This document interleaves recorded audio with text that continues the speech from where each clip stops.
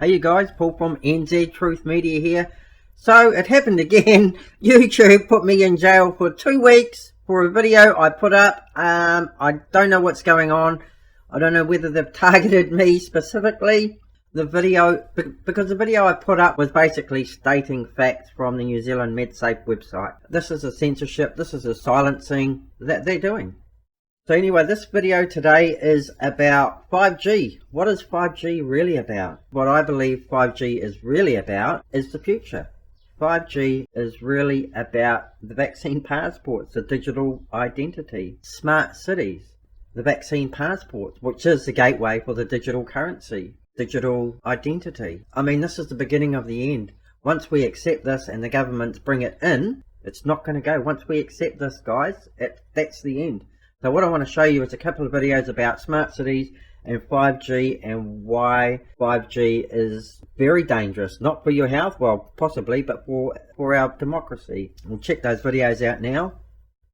Spark Ventures have been one of the key enablers of the Internet of Things in New Zealand, allowing our cities to become smarter. Providing internet connectivity to citizens by connecting everything from Wi-Fi hotspots through to public transport. City planners are creating better, safer places for citizens to live and work. By leveraging technologies, nationwide networks and driving innovation, Spark are assisting cities to reduce operating costs. Data collected from connected infrastructure, accompanied with advanced decision-making analytics, are allowing city planners to make informed decisions and plan for future infrastructure growth. Now with smart LED lighting, a lamppost embedded with sensors and connectivity can remotely monitor everything from air pollution to public safety. 5G will change a lot of things.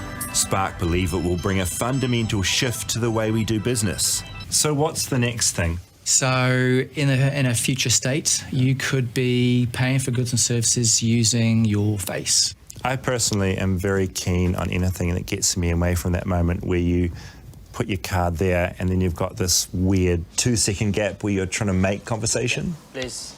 But it's not long enough to properly make conversation, so sometimes you just sort of stare somewhere else. Getting rid of that is great. Yeah, only if you're a fuckwit.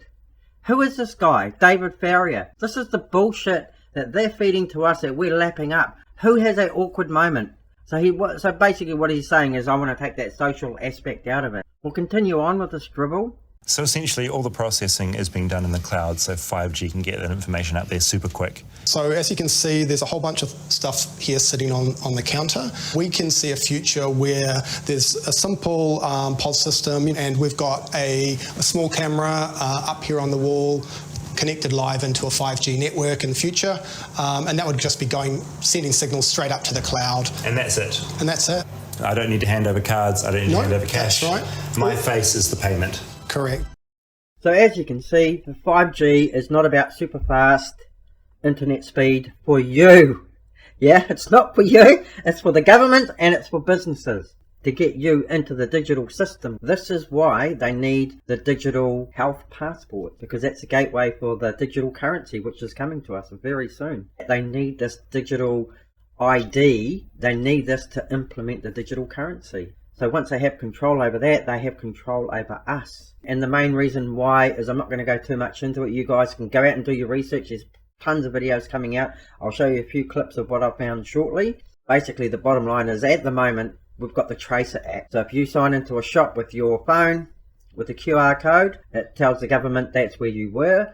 If there's an outbreak there, they contact you and you have to go into quarantining, right? That's the Tracer app. That's the beginning of it all. So what will happen, like they have in Australia at the moment, is that you're not allowed to be more than 5 kilometres away from your home. So effectively what this will do with the digital currency also is that if you're not allowed further than 5 kilometres away from your residence, they will block your credit card. Yeah, so you can't use it outside that zone. It's all part of the social credit system like they have in China. So this is the real dangers of what 5G is. And now if we have a look at this report from the government here, government facial recognition tech deal offers wide access. Okay, so this is what's happening in New Zealand. It's what the governments are employing. You know about the dangers of 5G with frequencies and whatnot. That's just a psyop. That's thrown in there to muddy the waters. So it's like, you look over here, So it's distracting you from the real issue about 5G. It's all become clear to me now. I didn't understand what this digital currency meant. I'm going to show you a couple of clips about what it means, and you guys can make up your own mind, but this is 100% the way that we're going. The vaccine passes is the gateway for it. So that's the real dangers of 5G, in my opinion. The next couple of clips I found online, and they basically speak for themselves. So hit the subscribe button. We'll see you in the next video. Cheers. This is a banking crisis. Every fiat currency in history, and there have been thousands, have returned to zero. This is where we are. With the pound and the dollar have already lost over 99% of their value. They're just going to eradicate the other 1%. This is why the money is being printed. The money is being printed so that the central banks can give it out to the hedge fund companies, asset management firms. They're buying up all the actual assets while we are being paid to stay at home and say nothing. The central bank digital currency is the end game, along with totalitarian control. In order to bring in a central bank digital currency, you need a digital ID.